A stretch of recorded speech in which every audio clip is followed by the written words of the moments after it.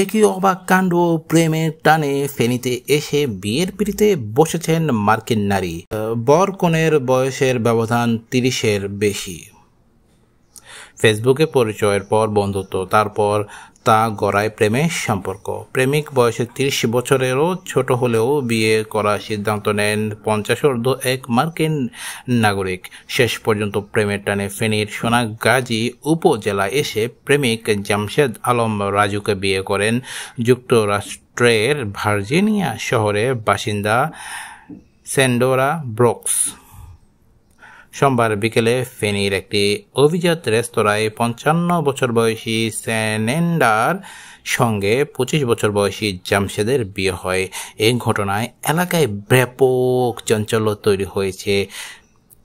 পেশায় ক্ষুদ্র ব্যবসায়ী জামশেদ সোনাগাজীর আমিরাবাদ ইউনিয়নের পূর্ব সফরপুর গ্রামের রুহুল আমিনের ছেলে। নিজের চেয়ে বয়সে ছোট এই যুবককে বিয়ে করার জন্য ধর্মান্তরিত হয়েছেন সেনেন্ডা ব্রুকস। জামশেদ আলম রাজু জানিয়েছেন, 2018 সালের মাঝামাঝি সময়ে ফেসবুকে সেন্ডোরার সঙ্গে তার পরিচয় হয়।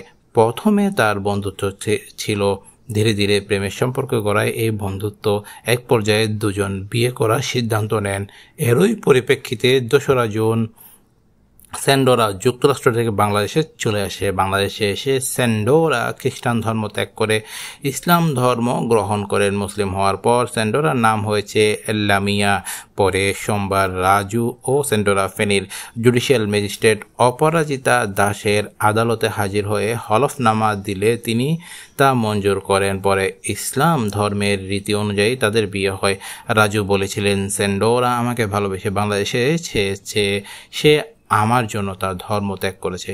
সুখে দুঃখে আমরা একসঙ্গে থাকতে চাই বলে দুজন অঙ্গীকার করেছি। আমাদের বিয়েতে আমার পরিবারের স্বজনরা উপস্থিত ছিলেন। তবে এখন আমি ও আমার স্ত্রী একটি হোটেলে অবস্থান করছি।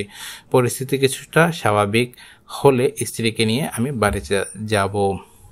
বিয়ের সময় সেন্ডোরা তার প্রতিক্রিয়ায় বলেন, আমার অনেক ভালো লাগছে, আমি এখন অনেক ভালো আছি।